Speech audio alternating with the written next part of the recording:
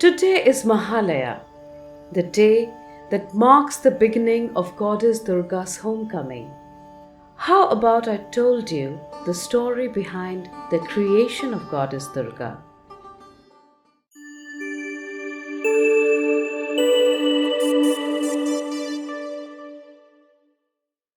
Welcome to Timeless Stories with Nina. I am your host Nina. In each episode of my podcast, I shall share a story. Stories of the known and the unknown. Stories of adventure.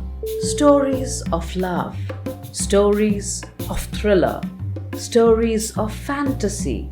Stories, in my opinion, help us to briefly escape from the monotonous cycle of life. Close your eyes and dive into your power of imagination while you hear me narrating a story of your favorite genre.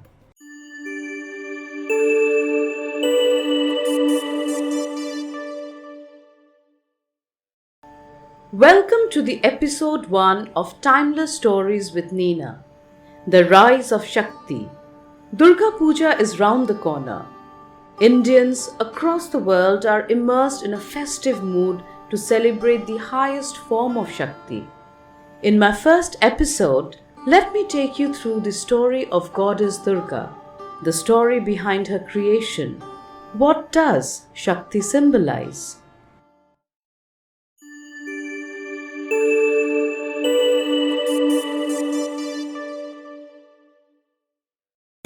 The word Durga in Sanskrit means a fort or a secure and protected place. Durga is also known as Durgati Nashini, which means the one who eliminates suffering. It is believed that Goddess Durga was not born but created by the supreme powers of the heaven. What was the need to create such a powerful woman? Durga was created to destroy Mahishasur, an all-time powerful half-human, half-buffalo Hindu demon. Mad with power, Mahishasur demanded immortality from Lord Brahma.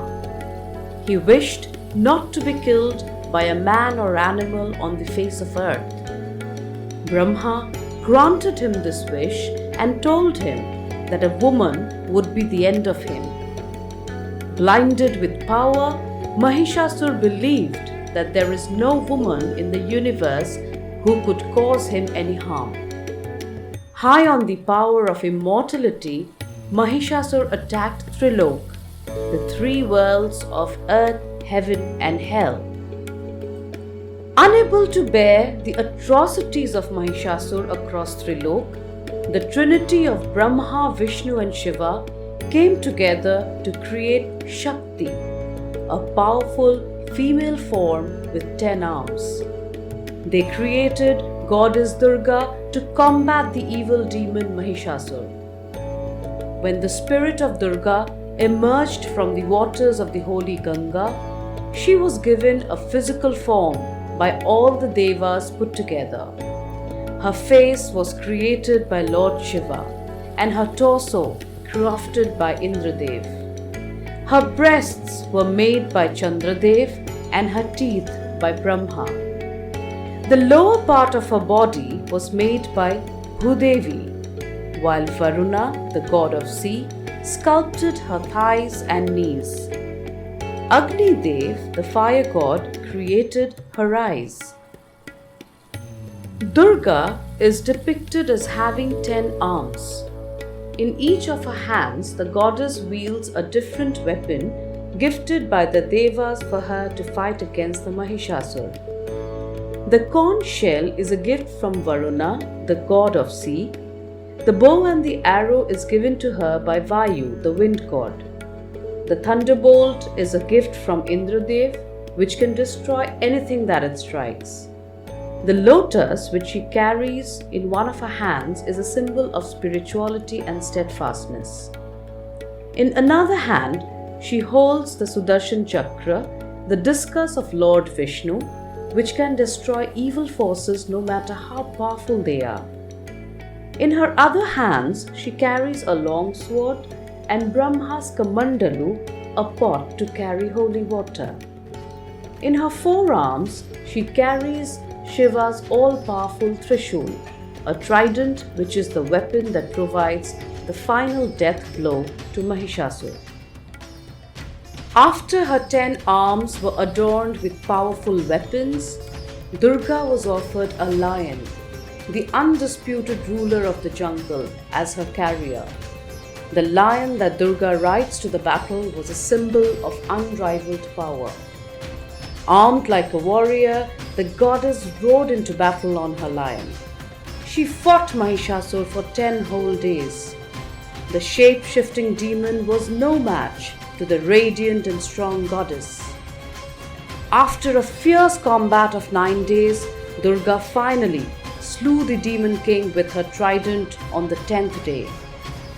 Heaven and earth rejoiced at her victory, and peace was once again restored to the 3 worlds.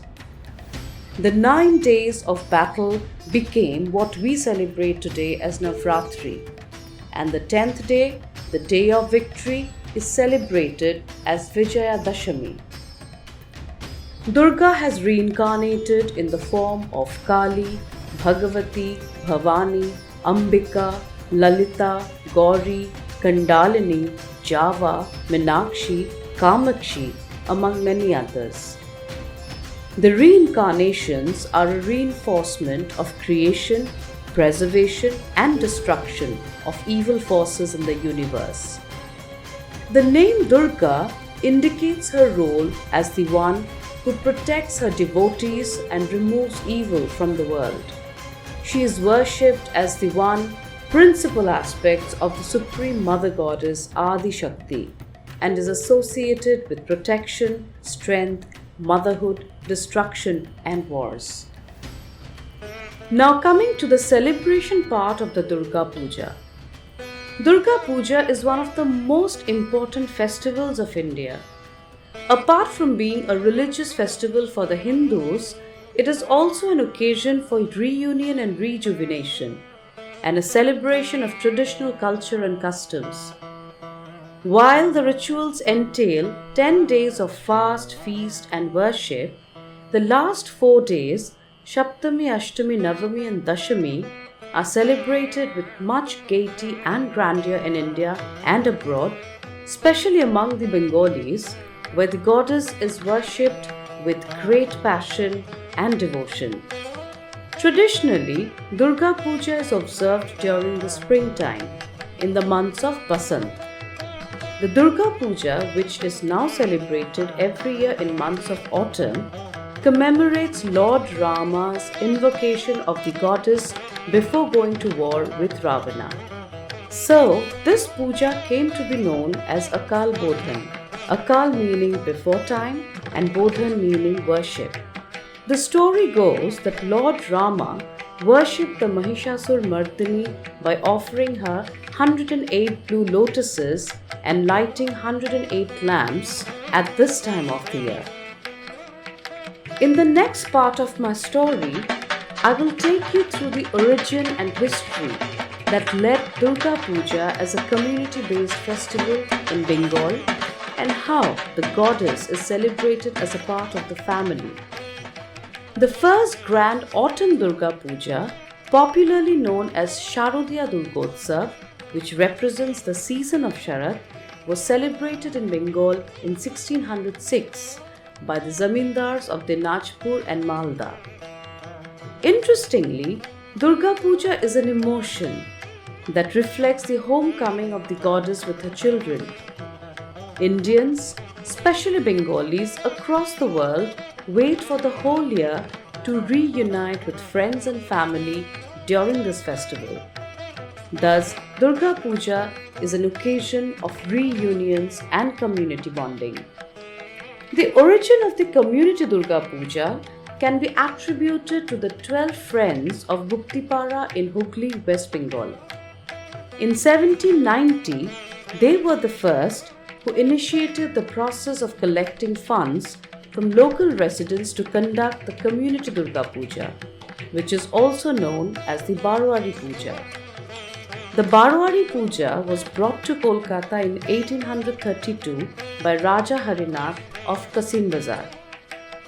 Gradually, the community scaled up to larger geographies and the Barwari Puja gave way to the Sarvajanin Durga Puja in 1910 when the Sanatan Dharmotsahini Sabha organized the first truly public puja in Bagbazar, Kolkata, with full public contribution, public control and public participation. It is also observed that the community Durga Puja in the 18th and the 19th century contributed vigorously to the development of the Hindu Bengali culture. The main attraction of the festival is centered around the idol of Durga known as the Pratima and the Pandal, which is the temporary canopy that houses the deity during the festival. The traditional icon of the goddess worshipped during the Durga Puja is in line with the scriptures. In Durga, the gods bestowed their powers to co-create a beautiful goddess with 10 arms, each carrying their most lethal weapon. The tableau of Durga also features her 4 children, Kartik, Ganesh, Saraswati and Lakshmi. Traditional clay image of Durga is called Pratima, made of clay with all 5 gods and goddesses under one structure. This is known as Akchala. Ak is one and Chala is the cover. There are 2 kinds of embellishments that are used on clay, Sholar Shaj and Dakir Shaj. In Bengali, embellishment is called Shaj. In Sholar Shaj, the Pratima is traditionally decorated with the white core of the Shola reed which grows in marshlands. As the devotees grew wealthier, Shola was replaced with Rangta, meaning beaten silver. The silver that was used for the embellishments was imported from Germany and was delivered by post. Postal service in Bengali is called Dak. Hence, the silver embellishments that were delivered through post came to be known as Dakir Shaj. Now coming to the evolution of pandals, traditionally, pandals were huge temporary canopies held by a framework of bamboo poles and draped with colorful fabrics that would house the icons for the 5 days of celebration. However, modern pandals are innovative, artistic and decorative, offering a visual spectacle for the numerous visitors who go pandal hopping during the 4 days of Durga Puja. Gradually, Durga Puja is becoming a huge industry that is positively impacting the livelihood of millions, directly and indirectly.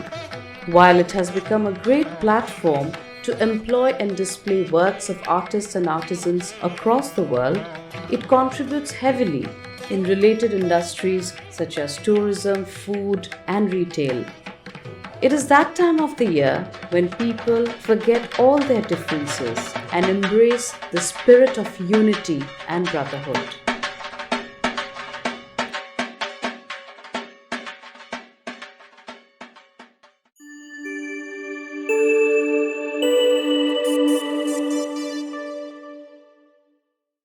My next episode will be yet another interesting story.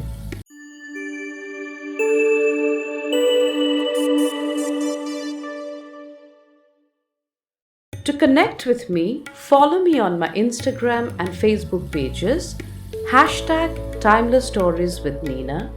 If you have an interesting story to share, write to me at the email address given in the description box.